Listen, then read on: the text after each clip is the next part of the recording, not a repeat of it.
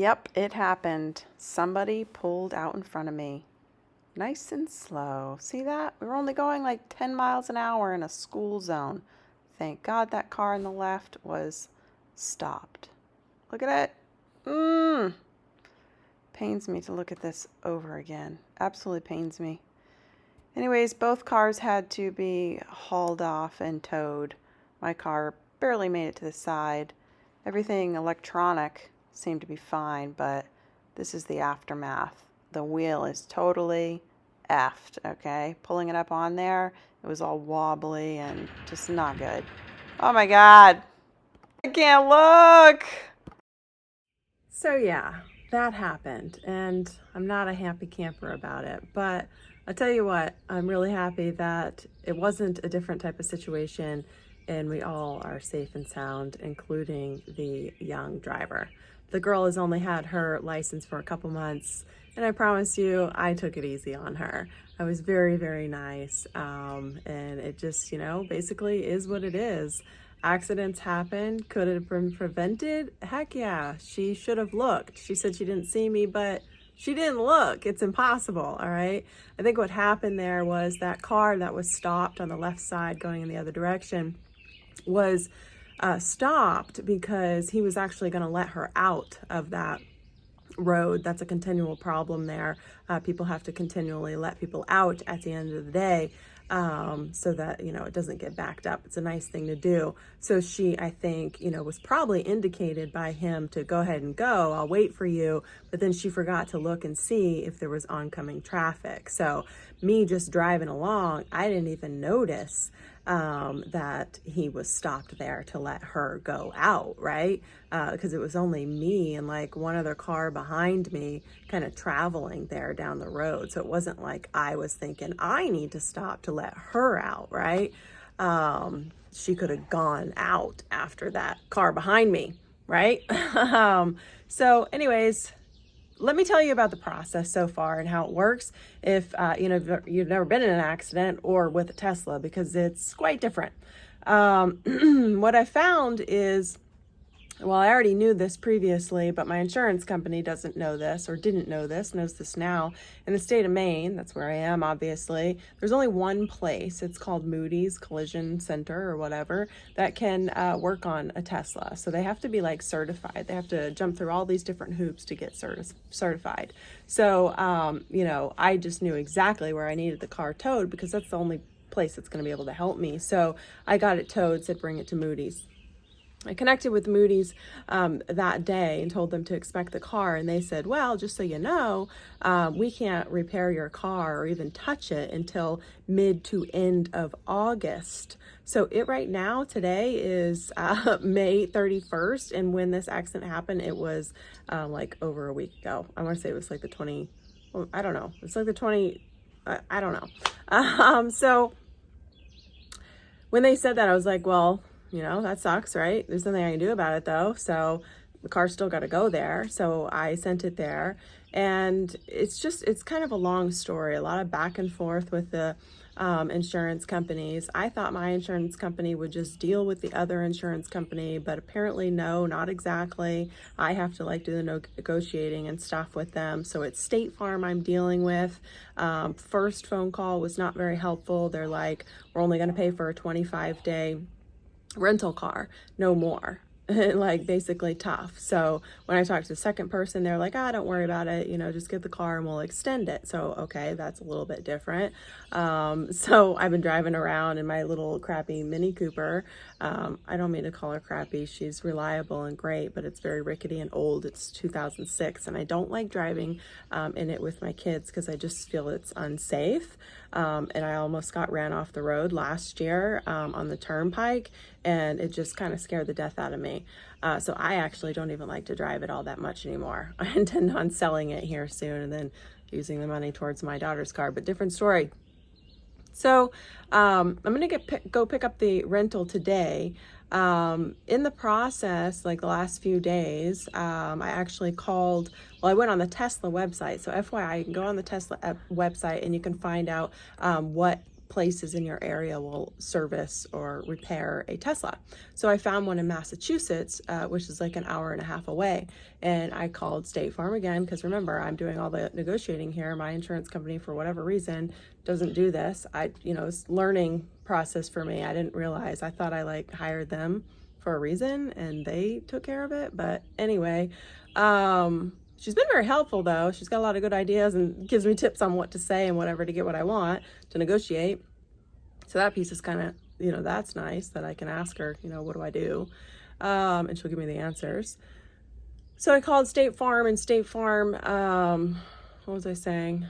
Oh yeah, I told them, so I can get the car to Massachusetts, called them, and they actually can repair the car beginning of July, or at least they can start on it beginning of July. So that's like, a month and a half earlier.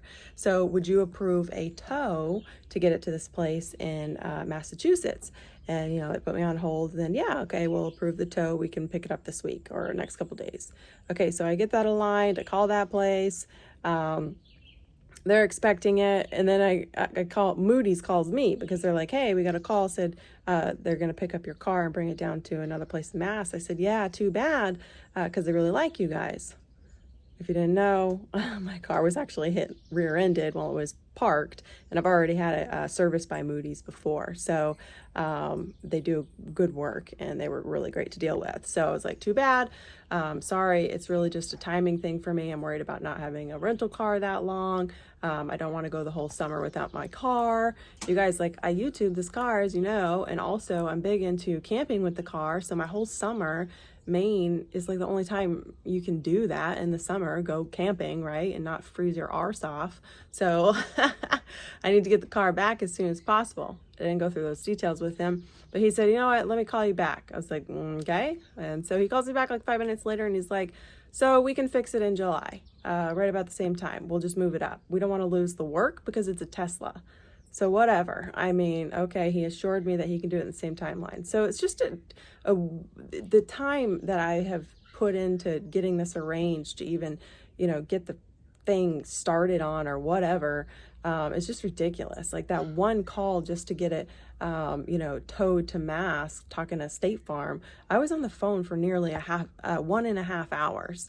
So it's, yeah, whatever. So now the car's staying at Moody's, and they're apparently going to fix it. So we can only hope that that's true, and I'll get the car back in July. So like I said, picking up the, rental car today. Another piece that I've thought about, Ryan Shaw is actually a well-known YouTuber on YouTube, obviously, and I follow him, watch his videos here and there, and I actually had seen a video a long time ago about an accident he got in. So he has several, Teslas. I don't know how many, maybe a few, and he actually puts them out on Turo for rentals, right? So accidents happen, right? And so he had put this video out about how somebody rear-ended a renter, right? Somebody that rented the car. And so then he went over the whole process and what he went through as far as the claim goes. So he actually applied for lost wages because he makes probably a crap ton of money off that car on YouTube because he's very, very big and well known. So will I have lost wages? Yeah, I mean a little bit, but to be honest with you, it's not going to be, for ads on YouTube. If you're curious, I get paid maybe $100 a month if I'm lucky, right? So I'm not going to, submit for a few $100s. And then as far as, other things go, as far as contracts with the companies that, send me items to review and do videos on, those items are typically free, and it's just an exchange of a video. So, I'm just losing out on items, I guess, to be sent to me if I wanted them. There's really no lost wages there. And then also, I do have a few products, like another tent that I'm supposed to go over and do a video on. I also have some roof racks and a bunch of other several little smaller things. And those companies have been super duper easy to deal with or communicate with. I just, they ask for updates. Hey, where's our video kind of thing? Did you get the product? And I just wrote back and said, I'm so sorry, car was, in an accident. I can do it as soon as I get it back, and it's going to be maybe August. And they're just like, yeah, so that's totally fine. Do it when you can. I'm glad you're safe. So that's easy to put them off. There's really not a big deal there. And I will absolutely get to it because I'm going to get the car back eventually. So I don't really have that much of lost wages to ask for. So that's just kind of a wash. Too bad, whatever. The second piece is diminished value. So I tell you about Ryan Shaw, especially because of that reason, because a lot of you can relate to the fact that your car, if it gets hit and it's like, severe damage, that's what I would call it. It's got some issues. It's going to be several $1,000s. I don't have the estimate yet, but I'm thinking upwards of around 10,000 was indicated to me. Who really knows till they like get in there, right? That's all external, and whatever's going on with the wheel and it like being super wobbly and whatever, I don't know what it's going to need. But anyways, diminished value is a thing now, right? So if I want to resell the car, which eventually I would imagine that I will, the value has been diminished because of this accident. That is not my fault. The other person did take 100% reliability. So anyways, she's at fault 100%. So he goes over in his videos a calculation on how to do that. So I don't know if the calculation is correct. I need to do a little more research, but the way that I've calculated out based off his step-by-step process is my diminished value is around $3,000. So you can be sure that I am going to at least submit for that with State Farm, because that will be less the value I'll get for the car if I wanted to go ahead and turn around and sell it now, right? So I'll be doing that. So from here, I think what I'll do is I'll just keep you updated on the process, what's going on, if there's, delays getting parts for a Tesla or any car for that matter in this world right now seems to be an issue. And there's a lot of delays as far as that goes. So when I'm told July that they can start working on the car, it wouldn't surprise me if it's a couple months later I get the car. Honestly, it's just what I expect. And if it's sooner, then great. All right. So I'll keep you updated. That is it for now. Take care, y'all. Wish me luck.